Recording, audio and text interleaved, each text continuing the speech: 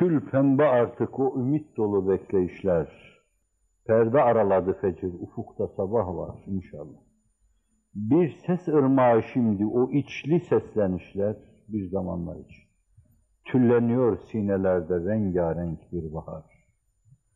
Sanki bir başka çerçeve gördüğümüz her yan, efsanelere denk köpürüyor güzellikler. O bilinmezden tebessümler yağıyor ayan, zarif tepelerin belinde çiçekten kemer.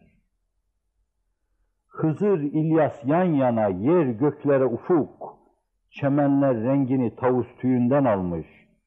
Şimdi sadece yarasaların boynu buruk ve gece mahlukları hayrette kala kalmış. Gezdiğimiz yerlerde gizli hatif sesleri, her taraf lale dudağı gibi tebessümde, sarmış cennet tutkusu, hisleri, hevesleri, artık geceler geçmişe denk, ayrı bir demde.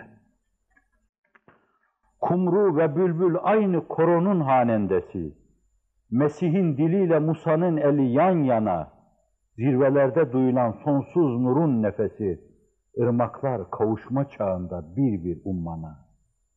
Üstümüzde bulutlar, önümüzde selvilik ve göklerin sırları kutsilerle beraber sonsuza uzayan yollarda hep bir mavilik, çekilen çileler bu şehrain içinmiş meğer. İnşallah şehrain olsun.